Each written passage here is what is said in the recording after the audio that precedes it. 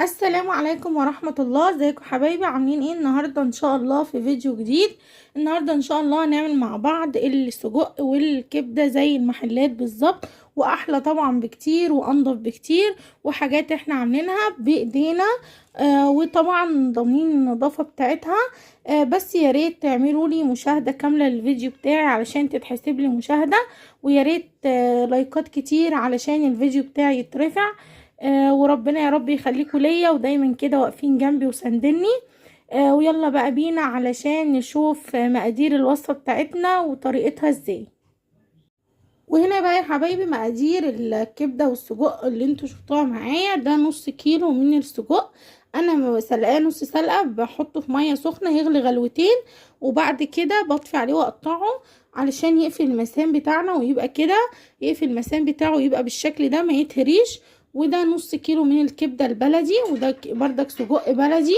وهنا دي طماطم وفلفل وبصل وتوم، معلقة توم كبيرة وكزبرة وبهارات وفلفل اسود. ويلا بقى بينا على البوتاجاز عشان نشوف طريقة الوصفة بتاعتنا ايه. هنا بقى يا حبايبي حطيت الزيت بتاعي على النار، حبة زيت صغيرين كده زي ما انتوا شايفين، مش هنحط زيت كتير.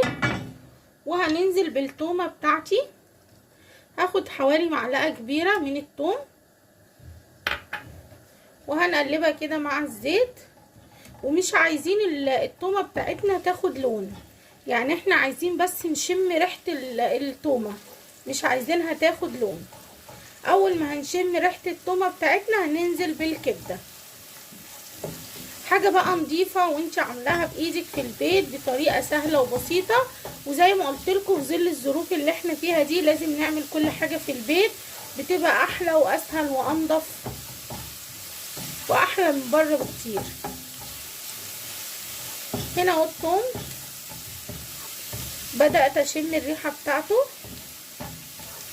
طبعا الكبدة البلدي مش بتتغسل، عشان لو اتغسلت هتبقى زفرة، فما بتتغسلش الكبدة البلدي بتاعتنا. اهو كده انا شميت ريحة الثوم، بقى هنزل بالكبدة. هنقول بسم الله. انا مقطعاها قطع صغيرة،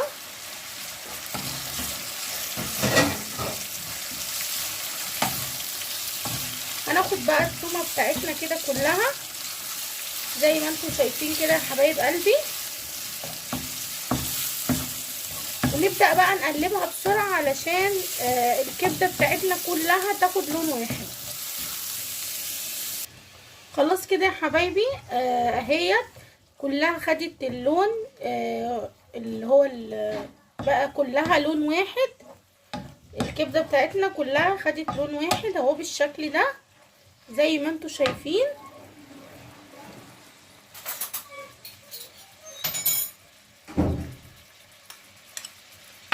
هاخد بقى حتة توم صغننة قوي، شايفين عاملة ازاي، مقدار مثلا بتاع فص توم او فصين، وهقلبهم مع الكبدة كده وهما نيين زي ما انتوا شايفين كده. التكايه دي حلوه قوي قوي وبتخلي للكبده بتاعتنا طعم حلو قوي. اهو يا حبايبي بقى الفصين توم اللي انا خدتهم النيين هقلبهم كده مع الكبده زي ما انتوا شايفين. طبعا الكبده بتاعتنا منزله نسبه من الميه، شايفين عامله ازاي اهي.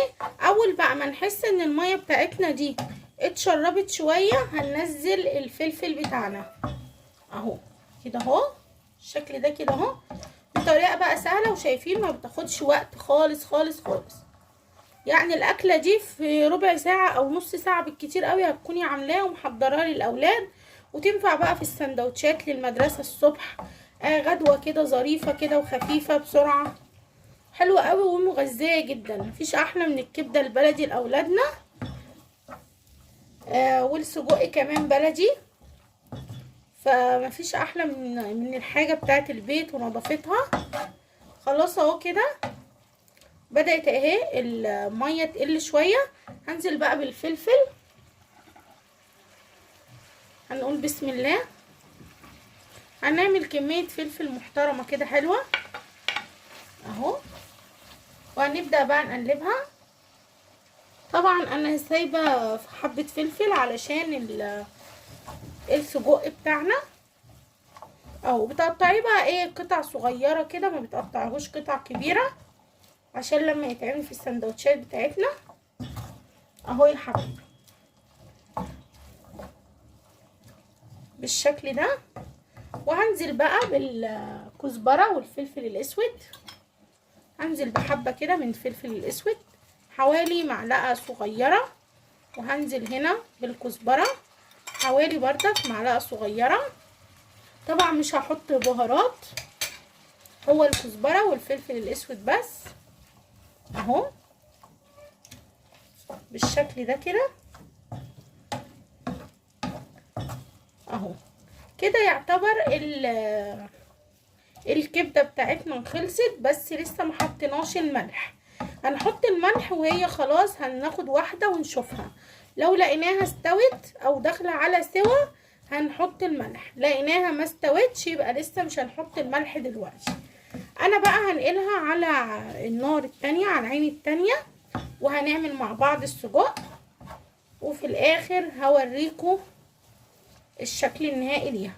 اهو هنختبر واحده كده على جنب. شوف اهو قطعناها كده، نقطعها كده اهي اتقطعت، يبقى كده هنحط الملح بتاعنا. هنزل بقى بمعلقه صغيره من الملح اهو بالشكل ده، واقلبها بقى. خلاص كده الكبده بتاعتنا خلصت. انا بقى هحطها على العين التانية علشان بس الفلفل ده كمان يبدأ ان هو يطرى معانا شوية ويدبل شوية اهو كده. هنقلها بقى على العين التانية وتعالوا نعمل مع بعض السجق. هنا بقى يا حبايب قلبي هنعمل السجق. حطيت حبة بردك حلوين من الزيت زي ما انتوا شايفين،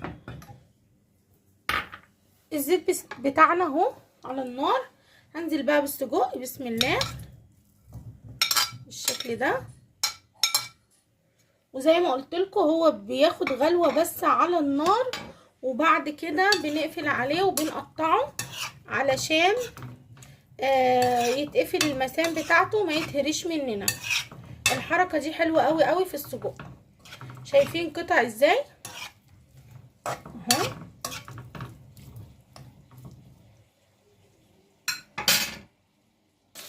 بصوا بقى يا حبايبي، هنا هعمل زي حفرة كده بالشكل ده. طبعا الزيت بتاعنا سخن. هنزل بحوالي معلقة صغيرة من الثوم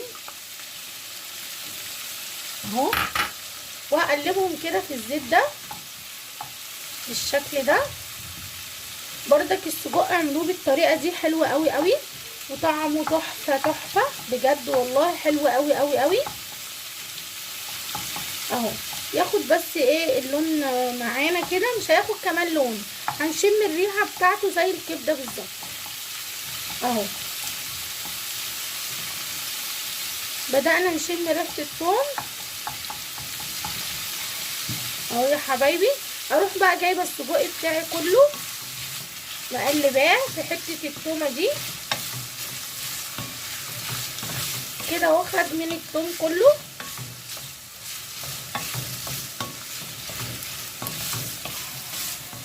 اهو. وبعد كده بقى هنجيب البصل بتاعنا، هننزل البصل بسم الله. البصل بقى هنقطعه اي تقطيعه انت عايزاها، يعني عايزه تقطعوه قطع صغيره قطعوه، عايزين تقطعوه جوانح اللي يعجبكم اهو.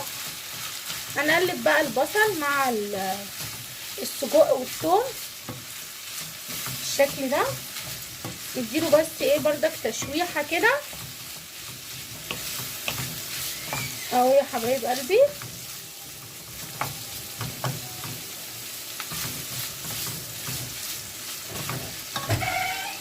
خلاص يا حبايب قلبي، هنا البصل بدأ اهو يدبل معايا. هنزل بقى بالفلفل بالشكل ده، هقلبه بردك كده، وبعد كده هنزل بالطماطم. الطماطم بتاعتي انا مقطعاها قطع صغيره زي ما انتم شايفين اهو. دي طريقه بقى سهله وبسيطه، وطعمه بقى جنان جنان جنان، واحلى من بره بكتير قوي قوي قوي اهو. شايفين بقى ما شاء الله الاكله ما خدتش معانا اي وقت، سهله جدا وبسيطه. وهنزل بقى بالبهارات والفلفل الاسود والكزبره اللي انا قلت لكم عليهم بالشكل ده، وهقلبهم بقى كده مع بعض اهو يا حبايبي. ومش هنحط توابل كتير، ومش هنحط ملح كتير، لان السجق بيبقى فيه توابل، فعشان ما يبقاش حامي معانا مش هنحط توابل كتير. زي ما انتوا شفتوا انا حطيت توابل قليله، ومش هنحط ملح بردك كتير اهو. هحط بردك معلقه صغيره من الملح بالشكل ده اهو يا حبايبي.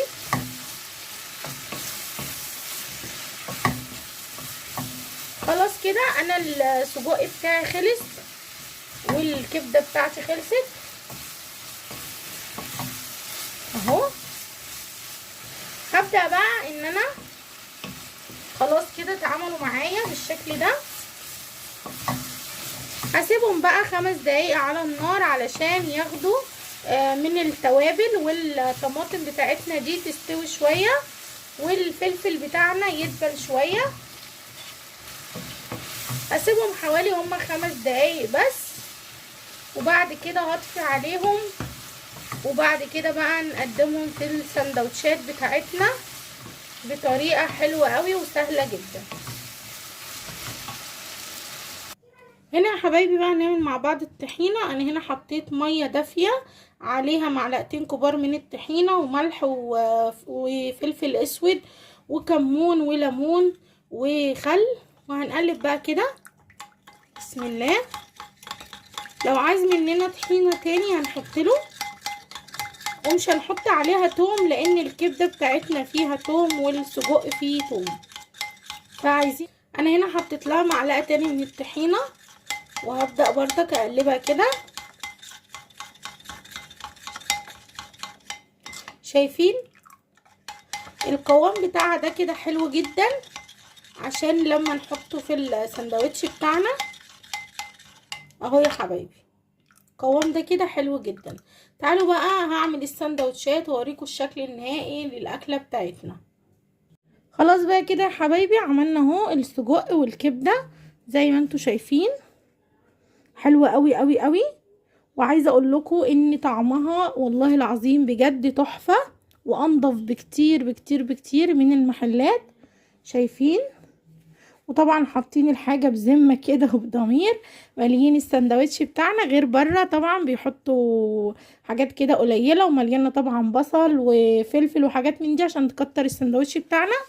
بصوا احنا عاملينها ازاي بطريقه سهله وبسيطه وحلوه قوي قوي، وانضف بكتير من بره. حبايب قلبي بقى، فضلا ليس امرا، يا ريت يكون في مشاهده كامله للفيديو بتاعنا علشان تتحسب له مشاهده ولايك كتير عشان الفيديو بتاعي يترفع. وعايزاكم بقى تدعموني باللايك والشير والسبسكرايب، وتفعلوا زر الجرس عشان يوصل لكم كل الفيديوهات الجديده اللي بنزلها. وان شاء الله يا حبايب قلبي اشوفكم في فيديو جديد ووصفه جديده. السلام عليكم ورحمه الله وبركاته.